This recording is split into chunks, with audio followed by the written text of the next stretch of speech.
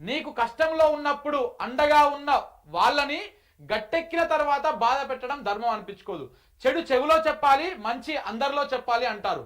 ఉన్న చెట్టును నరుక్కుంటాం అంటే ఎవరేం చేస్తారు? గెలుపైనా ఓటమైనా చివరి వరకు మీతోనే అని చెప్పేసి కేసీఆర్ గారి ఫోటోను షేర్ చేయడం జరిగింది. ఇట్లా చాలా మంది ఒక అభిప్రాయాన్ని అయితే వ్యక్తం చేస్తా ఉన్నారు. మెజారిటీగా కేసీఆర్ గారి టీమే అని చెప్పేసి మేము చెప్తా ఉన్నారు. ఇక్కడ కవిత గారు అర్థం చేసుకోవాల్సినటువంటి అంశం ఏంటంటే, పార్టీలో అంతర్గత వ్యవహారం ఉన్నప్పుడు, అంతర్గతంగా ఏదన్నా ఇష్యూలు ఉన్నప్పుడు దాన్ని అంతర్గతంగానే క్లోజ్ చేసుకోవాలి. కానీ అలా అంతర్గతంగా క్లోజ్ చేసుకోకుండా ఇట బహిరంగంగా రచ్చ మీదకి వస్తే ఈ రకమైనటువంటి డ్యామేజ్ అవుతుంది. ఇది ఇప్పుడు ఎట్లా ఉన్నారు, ఒక ఆంధ్ర ప్రాంతపు మీడియా కానీ, ఒక సామాజిక వర్గం మీడియా కానీ ఇప్పటికే తెలంగాణ రాష్ట్రం మీద, తెలంగాణ రాష్ట్ర హక్కుల కోసము, ఈ రాష్ట్ర ప్రయోజనాల కోసం మాట్లాడుతున్నటువంటి వాళ్ళ మీద ఇట్లా రాకాసులు లెక్క నోరు తెరుచుకొని కూర్చున్నారు. ఇట్లాంటి సమయంలో వాళ్ళకి ఆహారం కాకూడదు. మనం ఆహారం అయితే నమిలేస్తారు, మింగేస్తారు. ఏ చిన్న అవకాశం దొరికినా వదిలిపెట్టకుండా అద్భుతంగా వాళ్ళు అది పెట్టేటువంటి అవకాశము ఉంటుంది. కొంత ఇంకా చేస్తారు. ఇప్పుడు అధికారంలో ఉన్నప్పుడు ఇలాంటి భిన్నమైనటువంటి స్వరాన్ని వినిపిస్తే దానికి ఒక అర్థం ఉంటుంది. కానీ వీళ్ళు ప్రతిపక్షంలో ఉన్నారు. ఇప్పుడు కవిత గారు బీఆర్ఎస్ తోని డిఫర్ అయ్యి ఈమె ఎవరి మీద ఫైట్ చేయాలి? కాంగ్రెస్ మీద ఫైట్ చేయాలనా, లేకపోతే బీజేపీ మీద ఫైట్ చేయాలనా, లేకపోతే డిఫర్ అయినటువంటి పార్టీ మీద ఫైట్ చేయాలనా? ఇక్కడ మెయిన్ ప్రశ్న ఇదే. ఇప్పుడు ఆమె వ్యతిరేకత, ఆమె అసంతృప్తి పార్టీలో ఉన్నప్పుడు ఆమె బయటికి వెళ్ళింది అనుకో, ఒకవేళ ఆ పార్టీలో అదైతే దీన్ని ఎవరి మీద ఫైట్ చేసినట్టుగా అనుకోవాలి, దీని వెనకాల ఎవరున్నారని అనుకోవాలి. ఇవన్నీ అంశాల మీద కూడా చాలా ఒక సుదీర్ఘమైనటువంటి చర్చ జరగాల్సినటువంటి అవసరం కూడా ఉన్నది. దాంతోపాటు ఇప్పుడు వాస్తవానికి కూడా ఇప్పుడు కేసీఆర్ గారు చేయాల్సినటువంటి పని ఏంటంటే ఈ ఇష్యూని మొత్తం ఇమ్మీడియట్గా ఈ ఇష్యూని క్లోజ్ చేయాల్సినటువంటి అవసరం ఉన్నది. ఆయన ఈ ఇష్యూని క్లోజ్ చేయాల్సినటువంటి అవసరం ఉన్నది.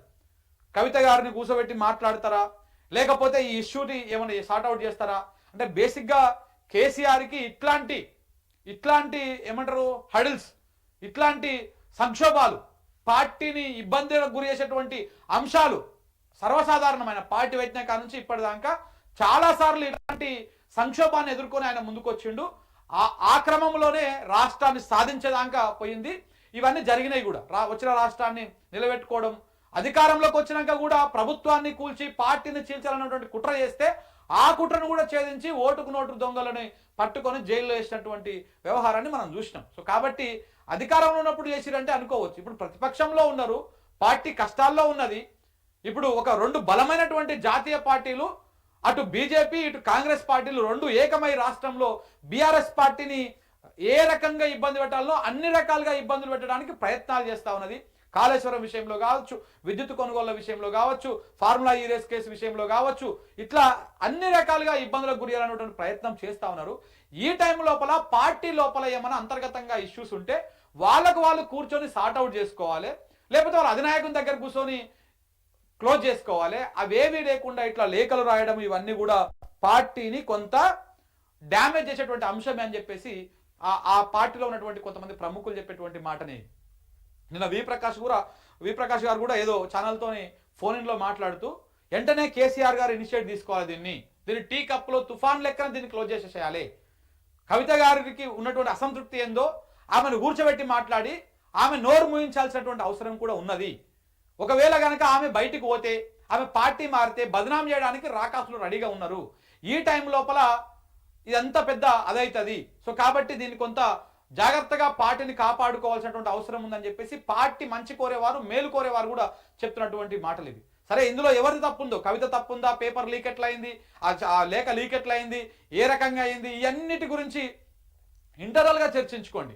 అంతేగాని మళ్ళీ మీడియాకి ఎక్కి ఇది ఆయన లీక్ చేసిండ, అది ఈయన లీక్ చేసినంట. ఇప్పుడు కవిత గారు మాట్లాడిన దాని ప్రకారం కేసీఆర్ చుట్టుముట్టు దయ్యాలు ఉన్నాయంటే ఆ దయ్యాలు ఎవరని అనుకోవాలి. కేసీఆర్ చుట్టుముట్టు ఎంతమంది ఉంటారు? ఉన్నోళ్ళు చాలా లిమిటెడ్ పర్సన్సే ఉంటారు. మరి వాళ్ళందరినీ దయ్యాలంటా ఉన్నారా, లేకపోతే ఎవరిని దయ్యాలంటా ఉన్నారు? అసలు ఈ మొత్తం వ్యవహారం స్టేట్మెంట్ వెనకాలనే పెద్ద ఒక రాజకీయ కోణం ఉంది అనుకోవాలన్నా, లేకపోతే వారేమన్నా ఒక ఆలోచన చేసే ముందు ఇలాంటిది ఒక స్టేట్మెంట్ చేసి అలా చేద్దాం అనుకుంటున్నారా ఏంటి అనేది మాత్రం ఇంకా క్లారిటీ రావాల్సినటువంటి అవసరం ఉంది. రానున్న ఈ 4-5 రోజులల్లో దీనికి సంబంధించినటువంటి ఒక వ్యవహారం నడిచేటువంటి అవకాశం ఉంది. ఎందుకంటే ఆల్రెడీ రాజేశ్వరి నిప్పు నిప్పు రాజేశ్వరు ఇక ఇప్పుడు ఆంధ్ర మీడియా, సమైక్య ఆంధ్రలో ఉన్నటువంటి ఆ ఆంధ్ర మీడియా, ఒక సామాజిక వర్గం మీడియా ఆ నిప్పును మంట రాజేసి దాంట్లో పెట్రోల్ పోసి దాన్ని అగ్గి రాజేసి పెద్ద బగబగ మంటలు వచ్చి తగలబడిపోయిందాక వీళ్ళు ఊకుంటోళ్ళు కాదు. రోజు రాస్తూనే ఉంటారు, ఏదో ఒకటి రాస్తూనే ఉంటారు, దాని మీద చలి కాసుకుంటూనే ఉంటారు. ఇట్లాంటివన్నీ కూడా నడుస్తూనే ఉంటాయి.